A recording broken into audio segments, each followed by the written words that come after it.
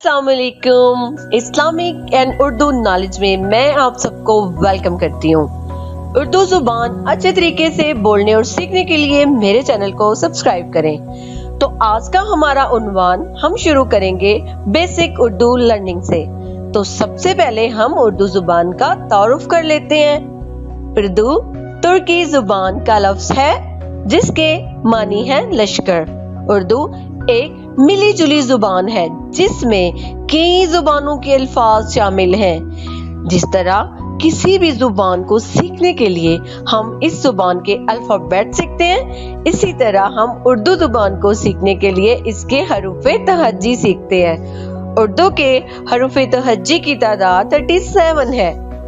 हरूफ को समझने के लिए या हरूफे तहज्जी को समझने के लिए हम इसकी इकसाम को समझ लेते हैं। तो मैंने हरूफ को 4 इकसाम में तकसीम किया है। नंबर 1 हरूफे इल्लत, नंबर 2 शरारती हरूफ, नंबर 3 दो चश्मी हरूफ जिनको हरूफे भारी अल्फाज वाले हरूफ भी कहते हैं, और आखिर पे चौथे नंबर पे आएगा आदि अशकाल वाले हरूफ।